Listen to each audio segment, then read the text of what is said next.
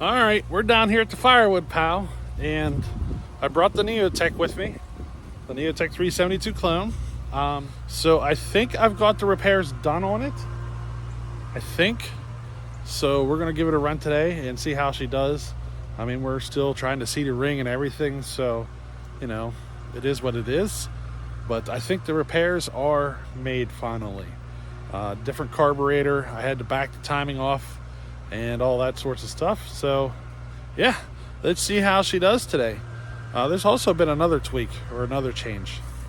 Now, I've also changed out the muffler and put one of mine that are, one of my muffler mods on. So it's going to be a bit louder. The other muffler, I was suspicious that, even though it had the big ports, that I was suspicious that it was still kind of holding it back a little. So I put that on, and it definitely helped, made the tuning a little easier.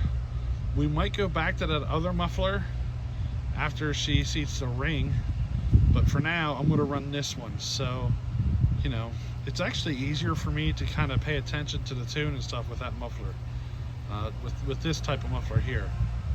Just something about it, maybe I'm just so used to that sound that's easier for me to pay attention to. But yeah, she's going to be a little noisier. She swallows a little more fuel now. The high-speed circuit is opened up pretty far, so we'll see how she does. Now, this chain we are running is a straight up out of the box C83. I have not ground on this. This is brand spanking new C83. Well, not brand new, but it's one of the ones we took to Solfest. So there's only like 3 cuts on it. But yeah, that's what we're going to be running for a chain.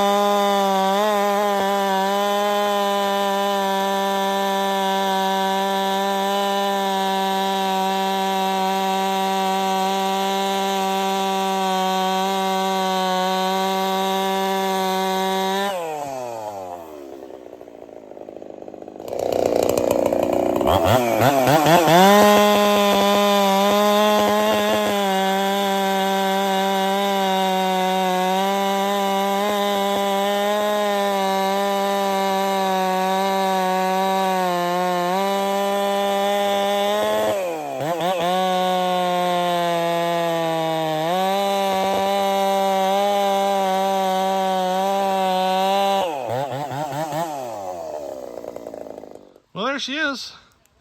I mean, the whole time you see me tuning there, well, the first time I leaned it out a little. That was a mistake. It just needed warmed up a little wee bit more or something, because from that point on, all I was doing is richening it up. Just giving it more and more and more fuel, and it was taking it. The more fuel I give it, the more it takes, or the more it likes it. So yeah, I think we're having an issue here with the ring.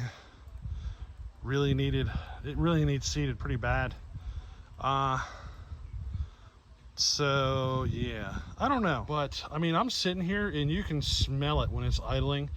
It is so freaking rich, and it's dying like it wants more, but it's definitely rich. I'm suspicious it's just a ring issue, because it's a brand new Caber ring in a used cylinder that was, you know, it had a lot of aluminum transfer in it. So I took some 80 grit to it to get it out, and I think in that process I might have shaved just a little bit more Nicosil than maybe I should have, and it'll cause the ring to take a long time to get seated. You know what I mean? But otherwise, I'm pretty happy with the way it's running. So we'll explore that a little bit more. I mean, this thing is tuned fat right now. Actually, I'm